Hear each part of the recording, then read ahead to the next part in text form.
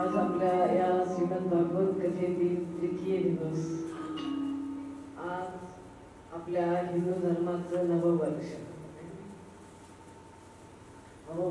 गुढीपाडवा.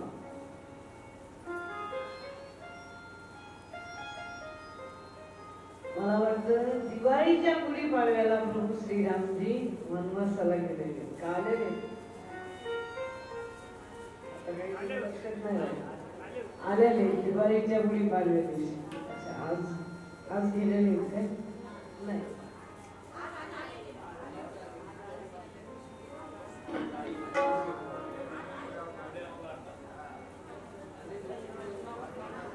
आलेले आज आपल्या या हिंदू धर्माचं सुद्धा नववर्ष. आजपासून नवीन वर्षाला सुरुवात होती. आजचा दिवस खूप शुभ मानलेला आहे. गुढीपाडवा, अक्षय तृतीया, दसरा आणि दिवाळीचा जो गुढीपाडवा आहे तो पाडवा, 4 तिथ्या म्हणा आपल्या या धर्मामध्ये, हिंदू धर्मामध्ये विशेष महत्वाचे आहे. या तिथीला मग तुम्ही काही न विचारता केलं सत्कर्म एखादं तरी पण चालतं. शुभ दिवस आहे का अशुभ दिवस आहे पाहिजे गरज पडत.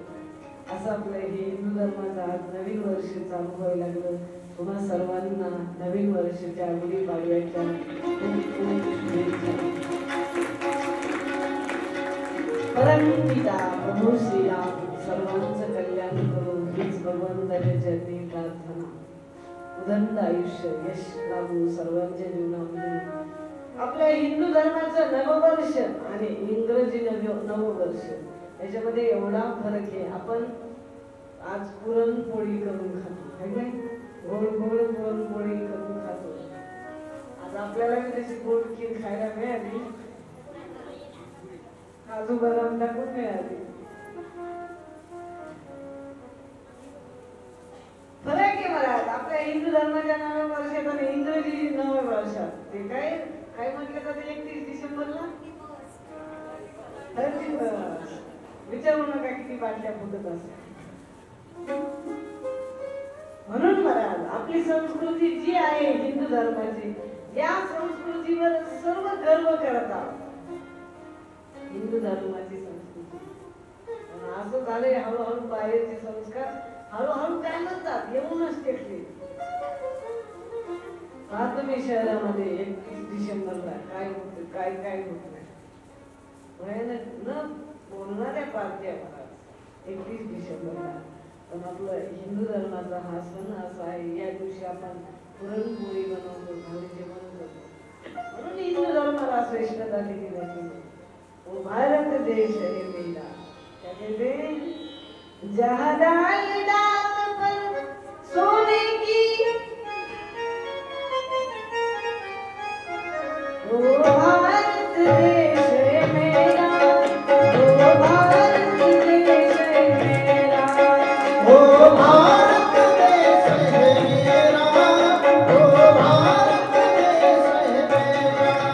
जहाँ डाल डाल पर सोने की चिड़िया करती है बसेरा, वो भारत देश है मेरा, वो भारत देश है मेरा. जय भारती जय भारती जय भारती जय भारती जय भारती जय भारती जय भारती जय भारती. जहाँ सत्य अहिंसा और धर्म का रक्षा पथ मेरा, वो भारत देश है मेरा, वो भारत देश है मेरा, वो भारत देश है मेरा, वो भारत देश है मेरा. जय भारती जय भारती जय भारती जय भारती, वो भारती जय भारती जय भारती जय भारती जय भारती जय भारती जय भारती जय भारती जय भारती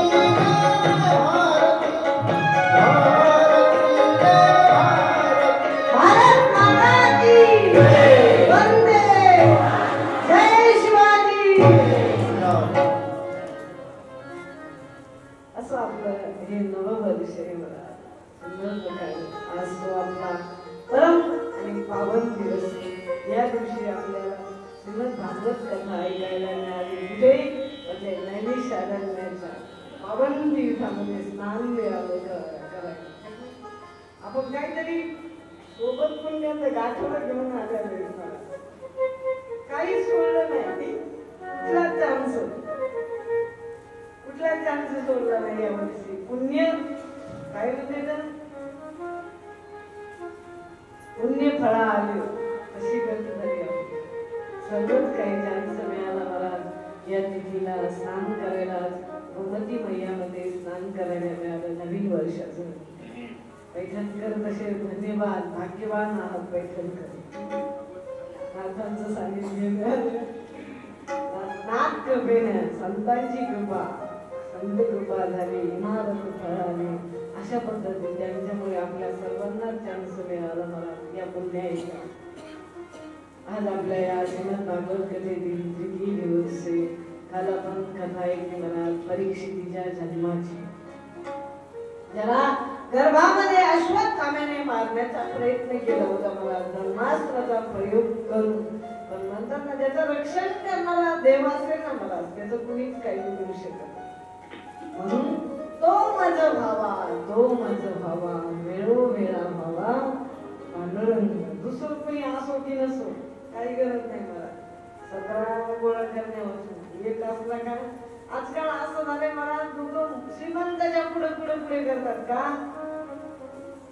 आपलं काम होईल, आपलं नाव होईल. मला जो जगामध्ये सगळ्यात श्रीमंत आहे ना त्याचे पाय धरण्याचे प्रयत्न करा. त्याचे पाय धरले का तुम्हाला कुठे वाकायची गरज पडत. हा काय करणार आहे मला. एक दिवस तुमची स्तुती करील, एक दिवस काम करील, पण कधी ना कधी तरी ढकलून दिल्याशिवाय राहत नाही. पण इथे मला यायला वेळ लागेल, मिळायला वेळ लागेल, पण मिळाल्याच्या नंतर परमानंद मिळतं मला. तिथून पुन्हा कोणी काढू शकत नाही. ध्रुवजी महाराजांनी सुनीतीला महाराज आपल्या मातेला बोलले, ध्रुवजी महाराज वनामध्ये निघताना मा मी असं भगवंताकडून वरदान प्राप्त करून घेईल की आजपर्यंत मनु महाराजाच्या वंशामध्ये एकालाही मिळालं नसेल ते स्थान. असं स्थान मी मागून घेईल. शाश्वत आणि परमानंद मिळाले जातं मला देवाच्या दारात. म्हणून त्याचं भाऊ पांडव त्याचे झाले महाराज कृष्णाचे. अर्जुनाला निक्षत्रिय भगवंताला निशस्त्रीय भगवंताला स्वीकारलं. मला कृष्णाने प्रतिज्ञा केली होती मी ज्या बाजूला उभा राहील त्या बाजूला शस्त्र हातात घेणार. अर्जुना विचार कर, तू युद्धामध्ये हारशील, सैनिका स्वीकार कर. नाही म्हणे कृष्णा, तू जर असला ना मला काहीच गरज नाही, मला तू पाहिजे.